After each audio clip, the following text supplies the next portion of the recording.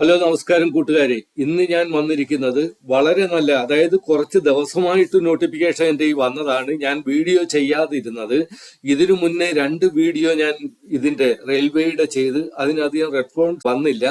പക്ഷെ അതിനകത്തൊരു കാര്യമുണ്ടായിരുന്നു, നമ്മുടെ കേരളത്തിൽ വേക്കൻസി ഇല്ലായിരുന്നു. പക്ഷെ അതിൽ ആരും അത്ര റെസ്പോൺസ് കാണിച്ചില്ല. പ്രത്യേകിച്ച് ഇതിനകത്ത് 10ാം ക്ലാസ്സുകാർക്ക് അപേക്ഷിക്കാൻ പറ്റും. അതാണ് ഒരു മെയിൻ സബ്ജക്റ്റ് അല്ലെങ്കിൽ മെയിൻ ബെനിഫിറ്റ്. 10ാം ക്ലാസ് പ്ലസ് ITIക്കാർക്ക് ഇതിനകത്ത് അപേക്ഷിക്കാൻ പറ്റും. അത് കണക്ക് തന്നെ അപ്പൊ ആ കാര്യങ്ങളൊക്കെ നമുക്ക് എങ്ങനെയാണെന്നുള്ള കാര്യങ്ങളൊക്കെ അവരുടെ നോട്ടിഫിക്കേഷനിൽ നോക്കി നമുക്ക് നോക്കാം. ആ നോട്ടിഫിക്കേഷന്റെ ലിങ്ക് ഞാൻ വീഡിയോയുടെ താഴെ തരുന്നുണ്ട്. നിങ്ങൾക്ക് 2-3 ലിങ്ക് ഞാൻ അവരുടെ വെബ്സൈറ്റിന്റെ, അതായത് RRBയുടെ വെബ്സൈറ്റിന്റെ ലിങ്ക് ഞാൻ തരുന്നുണ്ട്. അതുകൂടാതെ അപ്ലൈ ലിങ്ക് ഞാൻ തരുന്നുണ്ട്. അതുകൂടാതെ നോട്ടിഫിക്കേഷൻ, ഈ 3 ലിങ്ക് നിങ്ങൾക്ക് തരുന്നുണ്ട്. അപ്പൊ നമുക്ക് മുന്നോട്ട് പോകാം. എന്നാണ് ഇതിന്റെ ആപ്ലിക്കേഷൻ തുടങ്ങിയത്, അല്ലെങ്കിൽ എന്നാണ് ആപ്ലിക്കേഷൻ ക്ലോസ് ആകുന്നത്, ഇതിന്റെ പേയ്മെന്റ് ചെയ്യണം. അപ്പൊ പേയ്മെന്റ് ചെയ്യുന്ന കാര്യത്തെ പറ്റി ഞാൻ പറഞ്ഞുകൊള്ളാം. 500 രൂപയും, അതായത് ജനറൽ OBC അങ്ങനെയുള്ളവർക്കെല്ലാം 500 രൂപയും, SC ST കാൻഡിഡേറ്റിന് 250 രൂപയുമാണ്. അപ്പൊ ഈ 500-250 രൂപ അടയ്ക്കുന്നത് നിങ്ങൾ മിക്സ് ആകത്തില്ല. അതായത് നിങ്ങൾ എക്സാം അറ്റൻഡ് ചെയ്ത്, ഇപ്പൊ നമ്മുടെ കേരളത്തിലെ എക്സാം തിരുവനന്തപുരത്ത് തന്നെ ആയിരിക്കും. കാര്യം തിരുവനന്തപുരത്ത് സെന്ററാ അവരുടെ വേക്കൻസിയിൽ കാണിക്കുന്നുണ്ട്. ഞാൻ നിങ്ങൾക്ക് ആ മാപ്പിൽ കാണിക്കുന്ന ആ ഒരു കാര്യം നിങ്ങളെ കാണിക്കാം. നോക്ക്, ഇവിടെ ഈ കാര്യങ്ങളെല്ലാം പറയുന്ന കൂട്ടത്തിൽ തന്നെ ഇവിടെ തിരുവനന്തപുരം പറയുന്നുണ്ട്. നിങ്ങൾക്ക് ഇവിടെ കാണാൻ പറ്റും തിരുവനന്തപുരം. ഇവിടെ എത്ര വേക്കൻസി ഉണ്ട്, തിരുവനന്തപുരത്ത് എത്ര വേക്കൻസി ഉണ്ട് എന്നുള്ള കാര്യങ്ങൾ ഞാൻ നിങ്ങളെ കാണിക്കുന്നതായിരിക്കും. അപ്പം ആരും ഇതൊരു മിസ്സാക്കല്ലേ. എൻ്റെ 2 വീഡിയോ നിങ്ങൾ അധികം റെസ്പോൺസ് ആരും തരാഞ്ഞത് കൊണ്ടാണ് ഞാൻ പിന്നെ അധികം ഇതിൽ ഇൻട്രസ്റ്റ് എടുക്കാഞ്ഞ്. പക്ഷെ ഞാൻ പിന്നെ വിചാരിച്ച് ഇപ്പം തിരുവനന്തപുരത്ത് നമ്മുടെ കേരളത്തിൽ തന്നെ നല്ലൊരു ശതമാനം വേക്കൻസി ഉണ്ട്. വളരെ നല്ലൊരു ഓപ്പർച്യൂണിറ്റിയാണ്. നിങ്ങൾ അപ്ലൈ ചെയ്യാൻ ശ്രമിക്കുക. റെയിൽവേയുടെയാണ്. 10ാം ക്ലാസ് IT ഉള്ളവർക്ക് അപ്ലൈ ചെയ്യാൻ പറ്റുക എന്നുള്ളത് തന്നെ ഒരു വലിയ കാര്യമാണ്. അപ്പൊ ഏത് വേക്കൻസി ആണെന്ന് ഇതെന്നുള്ളത് ഞാൻ പറഞ്ഞില്ല. Railway recruitment board detailed centralised employment നോട്ടീസാണ് ഇതിനകത്ത് തന്നിരിക്കുന്നത്. അതുകൂടാതെ ഞാൻ പറയാൻ വന്നത് ഏത് വേക്കൻസി ആണെന്നുള്ള കാര്യമാണ്. ഏത് vacancy? Recruitment assistant loco pilot, അതായത് ഈ ഇരിക്കുന്ന 2 പേരുടെ അതേ സെയിം വർക്കായിരിക്കും നിങ്ങൾക്കും വരുന്നത്. ലോക്കോ പൈലറ്റ്, ട്രെയിനിന്റെ ലോക്കോ പൈലറ്റ് ആയിരിക്കും. ഇത് മെട്രോയുടെ അല്ല, നമ്മുടെ ലോക്കൽ ട്രെയിനിന്റെ അല്ലെങ്കിൽ ട്രെയിനിന്റെ ലോക്കോ പൈലറ്റ് ആയിരിക്കും. അസിസ്റ്റന്റ് ലോക്കോ പൈലറ്റ് എന്ന് പറഞ്ഞാൽ ALP, അസിസ്റ്റന്റ് ലോക്കോ പൈലറ്റ് ആയിരിക്കും. അപ്പം ഇങ്ങനൊരു ഓപ്പർച്യൂണിറ്റി നമുക്ക് റെയിൽവേയുടെ നമുക്ക് എപ്പോഴും കിട്ടത്തില്ല. അതുകൊണ്ട് നമുക്ക് ഈ നോട്ടിഫിക്കേഷൻ എന്തൊക്കെയാണെന്ന് നോക്കാം. നോട്ടിഫിക്കേഷൻ ഏജ് നിങ്ങളുടെ എത്രയായിരിക്കണം, ഫീസ് എങ്ങനെയാണ് അടയ്ക്കുന്നത്, അല്ലെങ്കിൽ നിങ്ങളുടെ ഇത് 10ാം ക്ലാസ് പ്ലസ് IT ഒഴിച്ചു വേറെ ഏതെങ്കിലും ക്വാളിഫിക്കേഷൻ അവർ ചോദിക്കുന്നുണ്ടോ, ഗ്രാജുവേറ്റുകാർക്ക് ഇതിനകത്ത് അപ്ലൈ ചെയ്യാൻ പറ്റൂ എന്നൊക്കെയുള്ള കാര്യങ്ങൾ നമുക്ക് ഈ നോട്ടിഫിക്കേഷനിൽ നോക്കാം. അപ്പൊ നോട്ടിഫിക്കേഷനിലേക്ക് കടക്കുന്നതിന് മുന്നേ എനിക്ക് നിങ്ങളോട് ഒരു റിക്വസ്റ്റ് ഉള്ളത്, നിങ്ങൾ എന്റെ വീഡിയോ ആദ്യമായി കാണുന്നെങ്കിൽ, എന്റെ ചാനലിൽ ആദ്യമായി വരുന്നെങ്കിൽ നിങ്ങൾ എന്റെ ഈ ചാനൽ സബ്സ്ക്രൈബ് ചെയ്യണമെന്നും അത് കണക്ക് തന്നെ വീഡിയോ ലൈക്ക് ചെയ്യണമെന്നും ഞാൻ അഭ്യർത്ഥിക്കുകയാണ്. അപ്പൊ ആ ഒരു അഭ്യർത്ഥന, ആ ഒരു റിക്വസ്റ്റ് നിങ്ങൾക്ക് സമർപ്പിച്ചുകൊണ്ട് നമുക്ക് മുന്നോട്ട് നീങ്ങാം. Government of India, ministry of railways, railway recruitment boards, centralised employment notice CN number 01/2025, recruitment of assistant loco pilot ALP, അതായത് അസിസ്റ്റന്റ് ലോക്കോ പൈലറ്റിന്റെ ഒരു ഷോർട്ട് ഫോം ആണ് ALP. ഇതിന്റെ date of initiative notice in employment ന്യൂസിൽ ഇത് March 29 വന്ന്. Opening date online application, opening date of online application submission 12 ഈ മാസത്തെ 12, അതായത് ഇന്ന് 14, അത് 2 ദിവസം മുന്നേ തുടങ്ങിയതേ ഉള്ളു. Closing date for submission of online application 11/5, അടുത്ത മാസം 11 വരെയുണ്ട്. നല്ല സമയമുണ്ട്. എങ്കിലും എത്രയും പെട്ടെന്ന് ചെയ്യുക. കാര്യം ഫസ്റ്റ് സെലക്ഷൻ എന്നുള്ള രീതിയിലായിരിക്കും ഒരുപക്ഷെ റെയിൽവേ ചെയ്യുന്നത്. അതുകൊണ്ട് നിങ്ങൾ എത്രയും പെട്ടെന്ന് ചെയ്യുവാൻ കഴിയുന്ന അത്രയും പെട്ടെന്ന് നിങ്ങൾ അപ്ലൈ ചെയ്യുവാൻ ശ്രമിക്കുക. Last date for application payment for the submitted application, അതായത് സബ്മിറ്റ് ചെയ്ത് കഴിഞ്ഞാൽ നമുക്ക് പേയ്മെന്റ് ചെയ്യാൻ പറ്റുന്നത് 13/5 വരെ ആയിരിക്കും. അത് കണക്കിന് ഡേറ്റ് ഫോർ മോഡിഫിക്കേഷൻ ചെയ്യാനും നമുക്ക് സമയമുണ്ട്. 14 തൊട്ട് 23 വരെ നമുക്കത് മോഡിഫിക്കേഷൻ, നിങ്ങൾ എന്തെങ്കിലും തെറ്റ് വരുത്തിയിട്ടുണ്ട്, എന്തെങ്കിലും നിങ്ങൾക്ക് ഒന്നുകൂടെ ചെക്ക് ചെയ്യണമെങ്കിൽ ചെക്ക് ചെയ്യാം. അപ്പൊ ഞാൻ ഒരിക്കൽ കൂടി പറഞ്ഞോട്ടെ, നിങ്ങളുടെ ഫീസ് എന്ന് പറയുന്നത് ജനറൽ ഓഫീസിലേക്ക് 500 രൂപയാ. അത് നിങ്ങൾ എക്സാം എഴുതിയാൽ നിങ്ങൾക്ക് അത് തിരിച്ചു കിട്ടും. അത് കണക്ക് തന്നെ SC ST ഷെഡ്യൂള് കാസ്റ്റ് അങ്ങനെയുള്ള ആ ഒരു ഗവൺമെന്റിന്റെ ഒരു റൂൾ അനുസരിച്ചുള്ള ഒരു റിലാക്സേഷൻ എന്ന് പറയുന്നത് 250 രൂപ അവർക്ക്. അതും നിങ്ങൾക്ക് തിരിച്ച് നിങ്ങൾ എക്സാം എഴുതണം. എക്സാം എഴുതിയില്ലേ കിട്ടത്തില്ല. എക്സാം എഴുതുന്നതിന് പാടൊന്നുമില്ല. തിരുവനന്തപുരത്തായിരിക്കും, കേരളത്തിൽ തന്നെ ആയിരിക്കും നമ്മൾ എക്സാം എഴുതുന്നത്. അപ്പൊ അത് നിങ്ങൾക്ക് ആ പൈസ നിങ്ങൾക്ക് തിരിച്ചു കിട്ടും. ഇനി post assistant loco pilot ALP level 2 ആണ് ഇത്. Level in 7th CPC level 2 ആണ് ഇതിനകത്ത് കാണിക്കുന്നത്.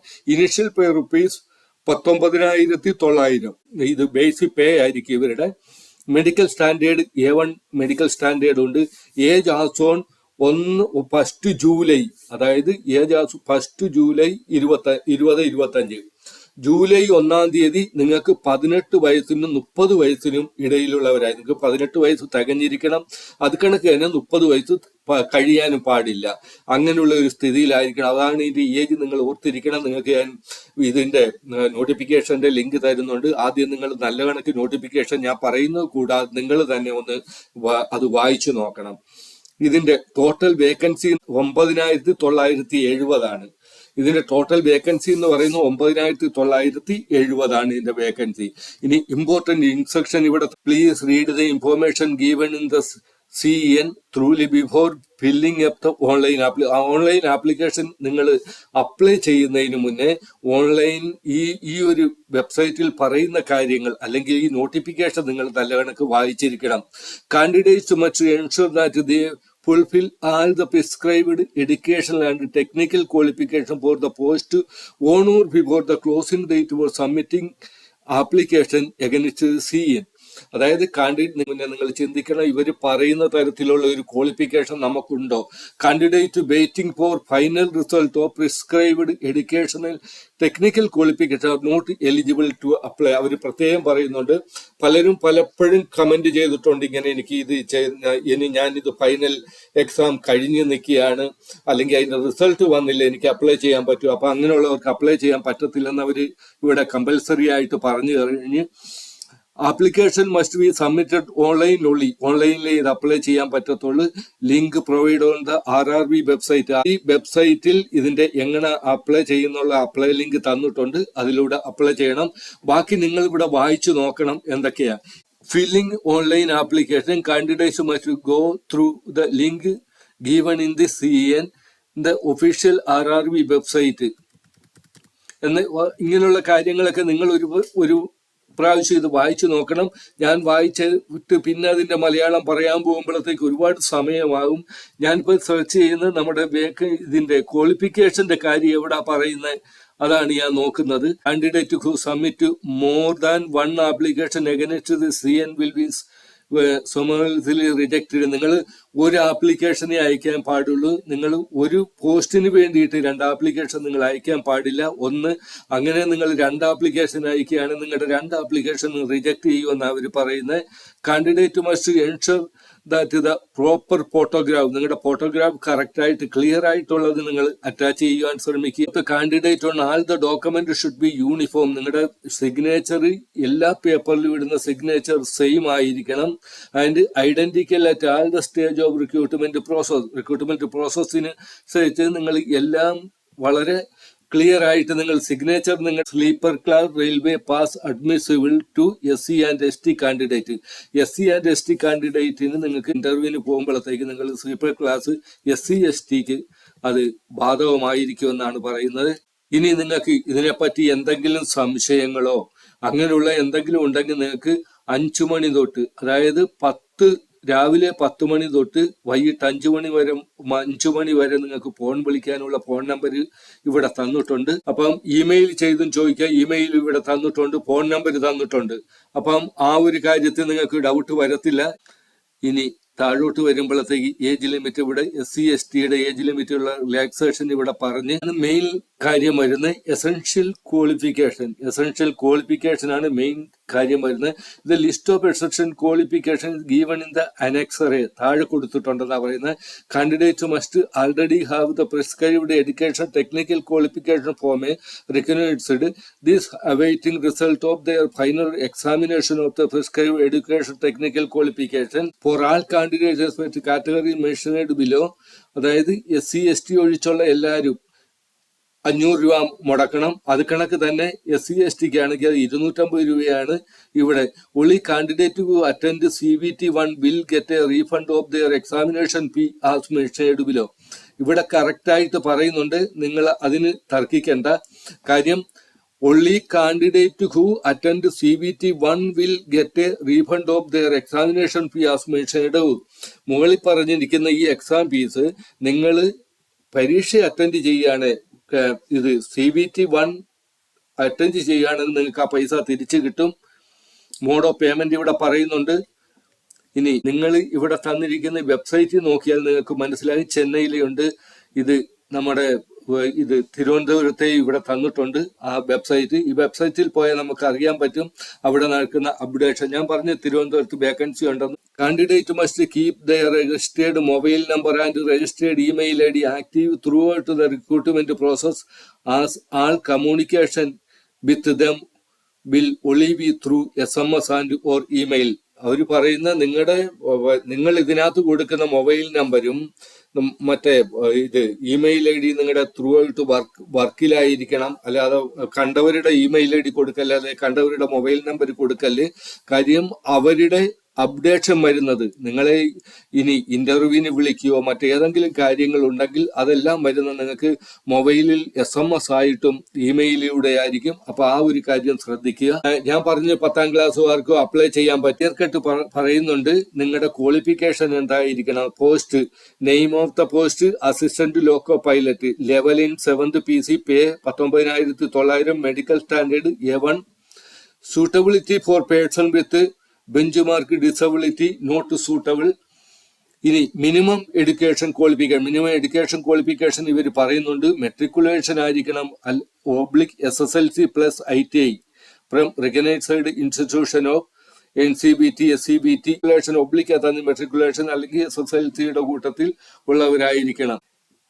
Matriculation with 3 year diploma in mechanical electrical, അങ്ങനെയുള്ള കാര്യങ്ങൾ ഇവിടെ പറയുന്നു. ഇനിയാണ് നമുക്ക് വരാൻ പോകുന്നത്. ഞാൻ പറഞ്ഞ നിങ്ങൾക്ക് തിരുവനന്തപുരത്ത് വേക്കൻസി ഉണ്ടെന്നുള്ള കാര്യത്തിൽ നിങ്ങൾക്ക് ഒരു സംശയമുള്ള ഇതിന്റെ വേക്കൻസിയാണ് ഇവിടെ കൊടുക്കുന്നത്.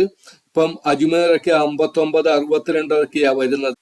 ടോട്ടൽ ഞാൻ നേരത്തെ ആദ്യം പറഞ്ഞ തെറ്റാ, 148 വേക്കൻസി ഉണ്ട് തിരുവനന്തപുരത്ത് മാത്രമായിട്ട്. നമ്മുടെ കേരളത്തിൽ മാത്രമായിട്ട് 148 വേക്കൻസിയാണ്.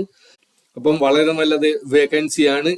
ഈ നോട്ടിഫിക്കേഷനിൽ നോക്കി ഞാൻ പ്രധാനപ്പെട്ട കാര്യങ്ങളെല്ലാം നിങ്ങളോട് പറഞ്ഞ്, ഇനി നിങ്ങളുടെ ജോലിയായി നോട്ടിഫിക്കേഷൻ നിങ്ങൾ നല്ല കണക്ക് വായിച്ചു നോക്കുക, നോട്ടിഫിക്കേഷൻ നല്ലത് കണക്ക് പഠിക്കുക. കാര്യങ്ങളെല്ലാം ഞാൻ പറയുന്നത് ശരിയാണോ, അവിടെ കറക്റ്റായിട്ട് SSLCക്കാർക്ക് അപേക്ഷിക്കാൻ പറ്റുമോ, അവരുടെ കാര്യം ചോദിക്കുന്നുണ്ടോ എന്നുള്ള കാര്യങ്ങളെല്ലാം നിങ്ങൾ നോക്കി ഇത് കൺഫേം വന്നതിന് ശേഷം, നിങ്ങൾക്ക് കൺഫേം ആയതിനു ശേഷം നിങ്ങൾ ഇത് അപ്ലൈ ചെയ്യാൻ ശ്രമിക്കുക. ഇനി ഒരു പ്രധാന കാര്യം, നിങ്ങൾക്ക് ആർക്കെങ്കിലും ഇതിൽ അപ്ലൈ ചെയ്യാൻ നിങ്ങൾക്ക് ബുദ്ധിമുട്ടുണ്ടെങ്കിൽ ഞാൻ വീഡിയോ ഉണ്ടാക്കത്തില്ല, പക്ഷെ അതിനുവേണ്ടി മലയാളത്തിൽ വീഡിയോ ഒരുപാടുണ്ട് ഇത് കണക്ക് ഈ റെയിൽവേയുടെ. അപ്പൊ അതിന് അപ്ലൈ ചെയ്യാൻ ആർക്കെങ്കിലും ആഗ്രഹമുണ്ട്, അവർക്ക് എങ്ങനെയാ പക്ഷെ അപ്ലൈ ചെയ്യേണ്ടെന്നുള്ളതിനെ പറ്റി നല്ല ഗ്രാഹ്യമില്ലെങ്കിൽ നിങ്ങൾ തീർച്ചയായിട്ടും നിങ്ങൾക്ക് എന്തെങ്കിലും ബുദ്ധിമുട്ടുണ്ടെങ്കിൽ നിങ്ങൾ കമന്റ് ബോക്സ്, എന്റെ വീഡിയോയുടെ താഴെ കമന്റ് ബോക്സിൽ നിങ്ങൾ കമന്റ് ചെയ്യുക. അപ്ലൈ വീഡിയോ എന്ന് മാത്രം നിങ്ങൾ എഴുതിയാൽ മതി. അപ്ലൈ വീഡിയോ എന്ന് മാത്രം എഴുതിയാൽ ഞാൻ തീർച്ചയായിട്ടും നിങ്ങൾക്ക് അപ്ലൈ എങ്ങനെയാ ചെയ്യുന്നെന്നുള്ള ആ ഒരു മലയാളം വീഡിയോ നിങ്ങൾക്ക് ഞാൻ ഷെയർ ചെയ്യുന്നതായിരിക്കും കമന്റ് ബോക്സിൽ തന്നെ. അപ്പൊ അതിലും നിങ്ങൾക്ക് ബുദ്ധിമുട്ടുണ്ടാകത്തില്ല. അപ്പം ഓക്കെ, ഒരിക്കൽ കൂടി നിങ്ങളോട് അഭ്യർത്ഥിക്കുകയാണ്, എന്റെ ചാനൽ നിങ്ങൾ ആദ്യമായി കാണുന്നെങ്കിൽ നിങ്ങൾ സബ്സ്ക്രൈബ് ചെയ്യണം. അത് കണക്ക് തന്നെ നിങ്ങൾ കാണുന്നവരെല്ലാവരും ഇത് ലൈക്ക് ചെയ്യണമെന്ന് അഭ്യർത്ഥിച്ചുകൊണ്ട് നിർത്തുന്നു. Okay, thank